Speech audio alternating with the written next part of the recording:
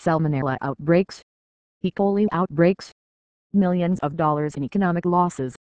These are among the scenarios the Obama administration warned about last month as it claimed the sequester would force the U.S. Department of Agriculture to furlough meat inspectors.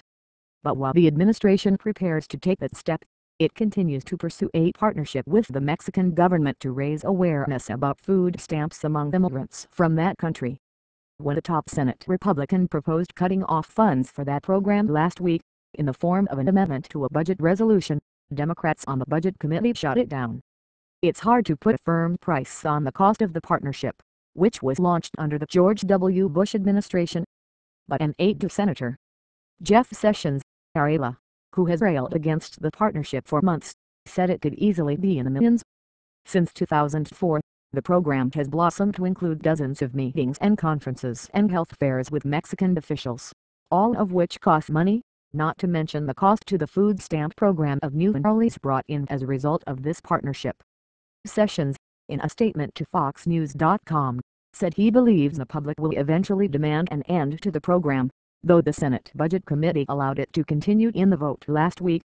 We have uncovered extensive evidence that federal authorities have, during the Bush and Obama administrations, aggressively undermined a core legal tenet of immigration policy, that those granted admission should be self-sufficient and contribute to the economic health of the nation, Sessions said.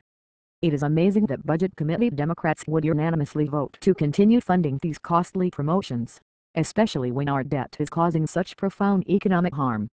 According to a letter from Agriculture Secretary Tom Vilsack to Sessions last September, the partnership since 2004 has included roughly 91 meetings between U.S. and Mexico embassy and consulate staff, 29 health fair events, and 31 roundtable discussions, conferences and forums in 20 cities.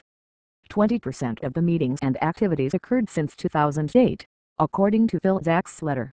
Sessions is concerned the collaboration amounts to a vehicle for the USDA to pressure people onto the food stamp rolls, in this case, non-citizen immigrants from Mexico. The USDA denies this. In his letter last year, Vilsack said the purpose is to help eligible people make informed decisions about whether or not to seek assistance.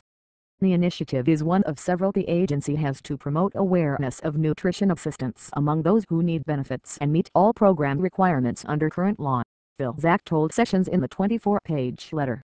However, his letter indicates the number of legal non-citizens participating in the program, now called the Supplemental Nutrition Assistance Program, has increased from 425,000 to 1.23 million between 2001 and 2010.